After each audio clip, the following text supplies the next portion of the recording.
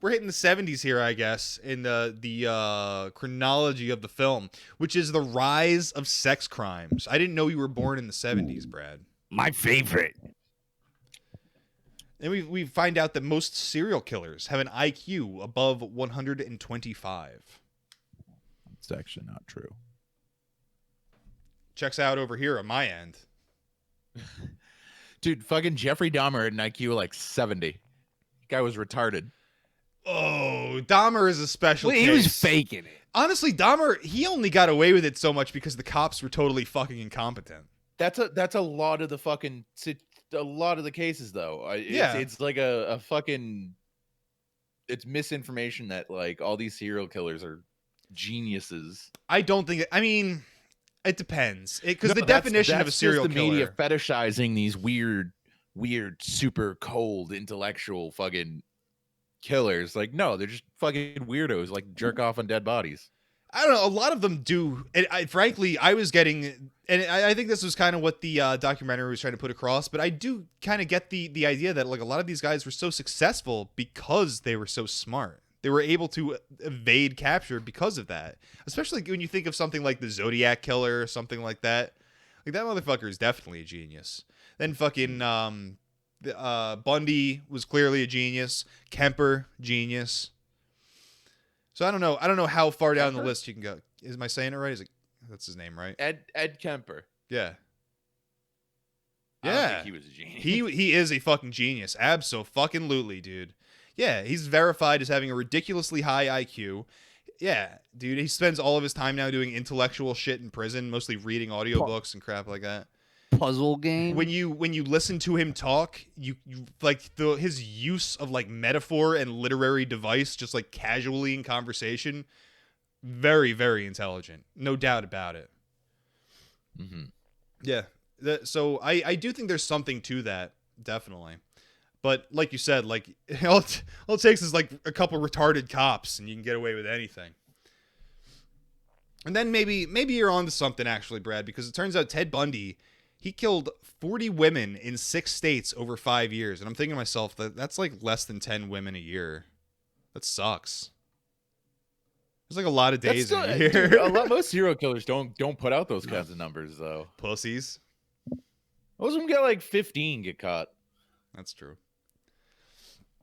Then we get Ed Kemper saying, "I am an American and I killed Americans and I did it in my society."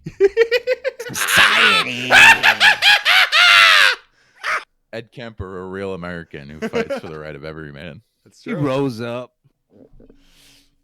Then the narrator asks, "How long can we withstand unregistered guns, handcuffed prosecutors, and revolving door prisons?" I'm sitting here like thinking to myself, dude, I feel like your questions are all mixed up, and your thesis, like no one ever even considered it. Like we're at the point where it's like we want less unregistered guns, sure. We handcuff our prosecutors even more, and we're building way more prisons.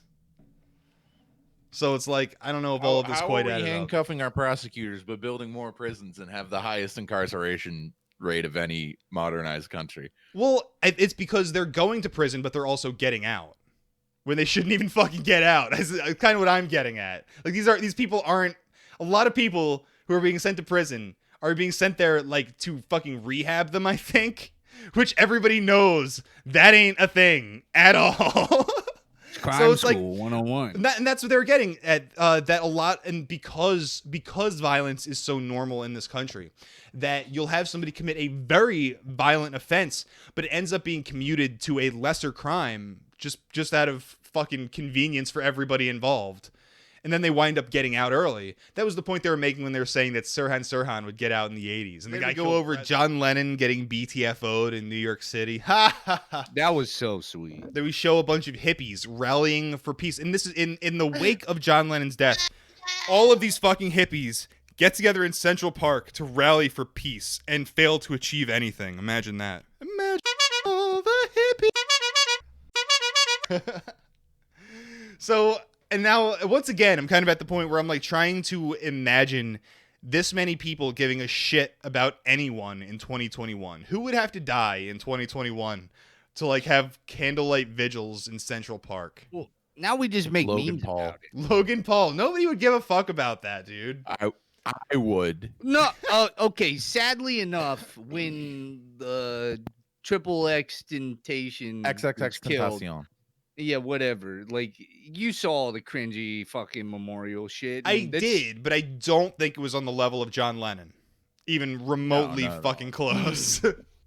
And once again, I think this might be the oversaturation of media killing our heroes. Yeah, Like letting us know that There are no heroes. Well, that's the thing, is that when you keep them vague, when you keep it vague, brother, then you can project all of the things you believe in onto these people.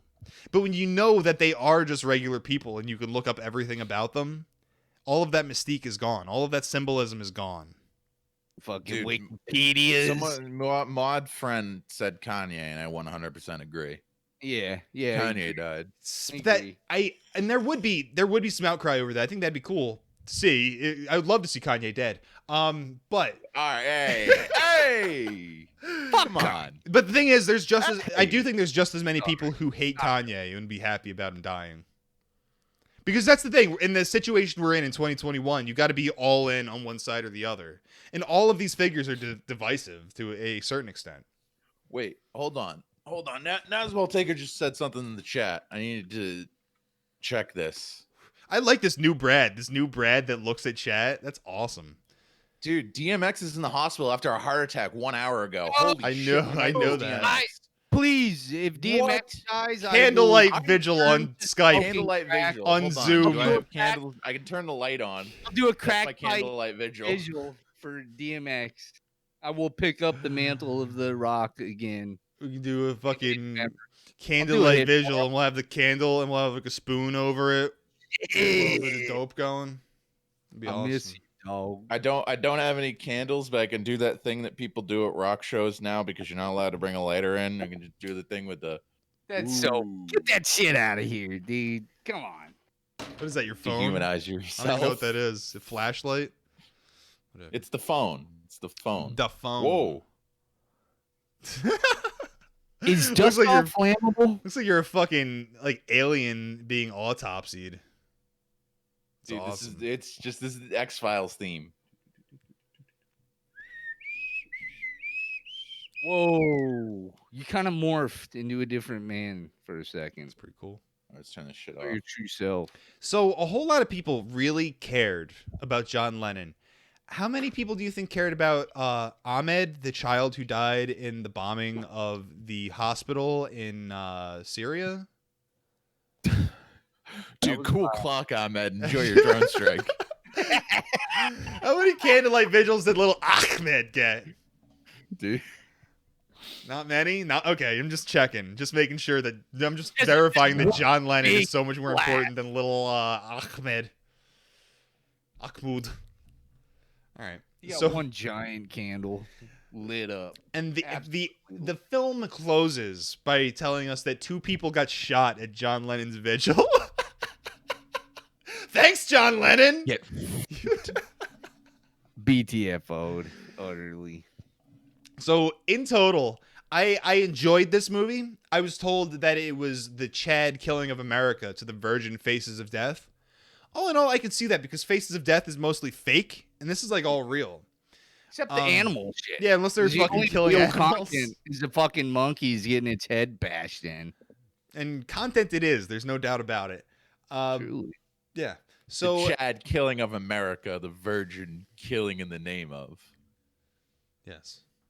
So I'm going to give this film. It's going to get 7 out of 10. I think the next thing that we're going to talk about, I think we're going to talk about some Bob Hickman. I'm going to put this on screen and maybe I'll regret it. I don't know because the dude definitely don't be having any clothes on. That is kind of funny after all. Yeah. Okay. Nah. I've shown penetration on my stream. I know that. Here we go. Nothing happens. We got. Oh God. I didn't have any videos ready to go. I was thinking about having some videos. I didn't have any of that. What? Who's in the mask? It's now that I look at it, it doesn't look like clothes on a Why pole. does he wear the mask? Are those his pants at his ankles? They're knee pads or something? That's even more disturbing. Yeah, what do you do Sorry, with those Mom. knee pads? You get on your knees and do be sucking after all. Dude, I'm about to shit my pants. I'll be right back. Christmas decorations stay up during Yeah, sex. yeah. Constantly up. What I like is that it's not just Christmas decorations. There are Halloween. Halloween decorations back there as well. So we're running He's the a gamut on festive this whole boy. fucking thing. He is. Bob Hickman, he is a respectable fellow. He has a shapely ass. He has the haircut of a Kappa. He do be doing squats after all. Oh, Kappa sweet gang. Jesus. He has an oddly round ass. There's your Terry Davis reference. Dick. Where's I want to go in order on these posts. We might just go through them all. Okay, I'm on sexforchristians.blogspot.com. This is Bob Hickman's website. Warning, you better not look down below alone. God terrorizes, attacks, rips my face, fondles me, appears in my dreams, and attacks me. So I took my clothes off to glorify God. Is there any more to that? No, that's the post there. God is, he starts commenting on his own post. That's pretty fucking respectable. God is leading me to women, and I lead the girls home. I want some cute guys too. God wants both. These are truly the ramblings of a mad person. Christian sex partner staffing company. Hey, are you a Christian and wanting to have sex with somebody different? Then just called the Christian Stuffing Sex Company and get your fill. You will be set up with a partner that will make you scream. And isn't that what you want? Sure, it is just what we've wanted. What the fuck is to say? Sure it is. Sure it is. It's what we all went Christian center Satanist everybody. So write a comment and tell what kind of scream dream man or woman or both you want. God appeared in a dream and raped me and laughed. In this dream, while I was sleeping, got a pair of like a white angelic man. He was naked and he climbed on top of me and I was already nude.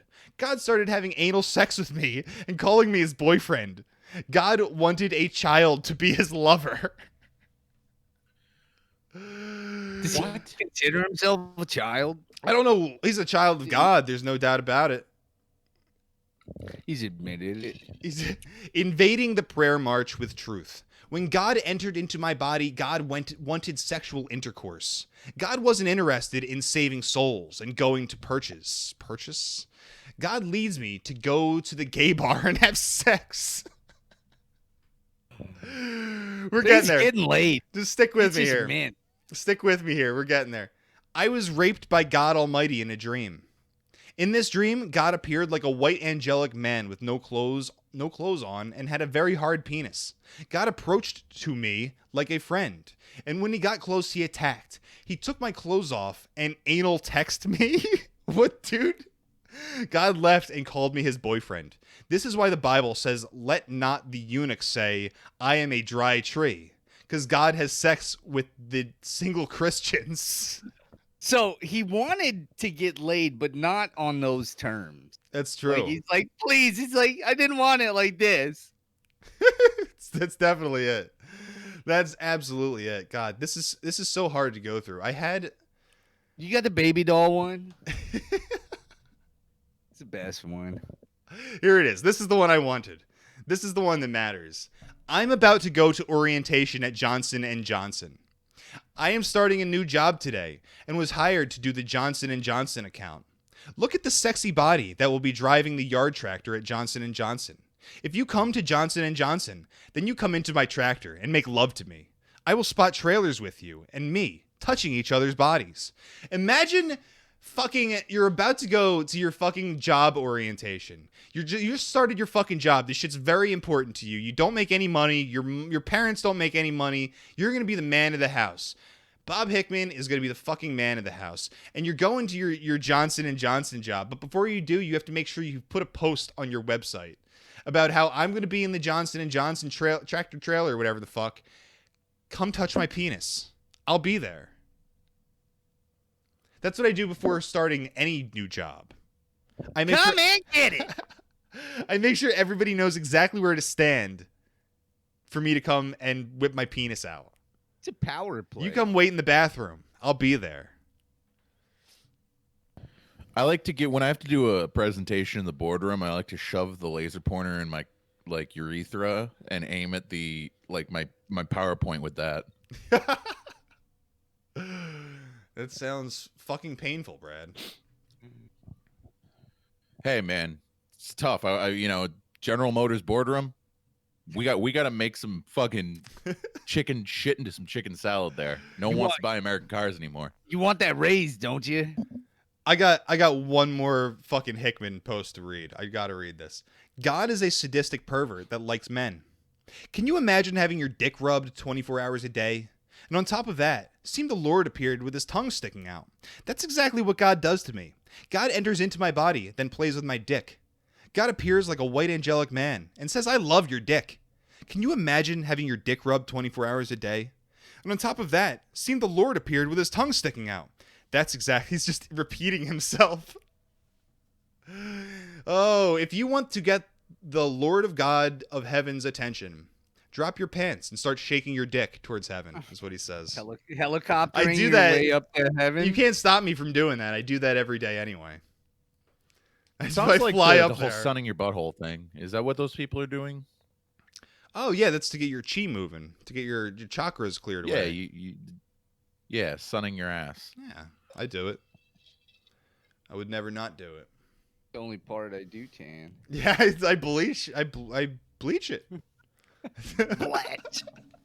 Feels good. You got the baby doll one.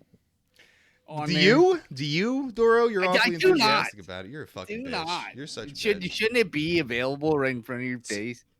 Well, I mean, the top of it says, the Jesus Christ baby doll attacks me while sleeping in my dream. So that's the headline for the entire website. I'm not sure if I can figure this out. Oh, here we go. Okay, I do have it. I found it. The Jesus Christ doll attacks me in my dream while sleeping. In the Bible, God's perfect servant Stop Job, fucking my dad. said to God, "Thou terrifies me in my dreams. When I sleep and dream, the Jesus Christ doll appears with a knife. This is Jesus Christ doll. It laughs at me and stabs me with a knife. He cuts my whole body and puts his hands in my mouth and rips my mouth apart. I see 2 or 3 Jesus Christ dolls in my mouth with jackhammers attacking my gums. I see God like a big white Angelica man." I love all this. There's like a lot of fucking fucking autocorrect going on here. A lot of autocorrect. That's supposed to be angelic, but it came out Angelica. Whatever. I see God like a big white Angelica man in the background laughing and saying, "I will make you perish because I betrayed all my servants. I will drive you crazy. I will cause you to commit suicide." Oh, that's what God's doing to me.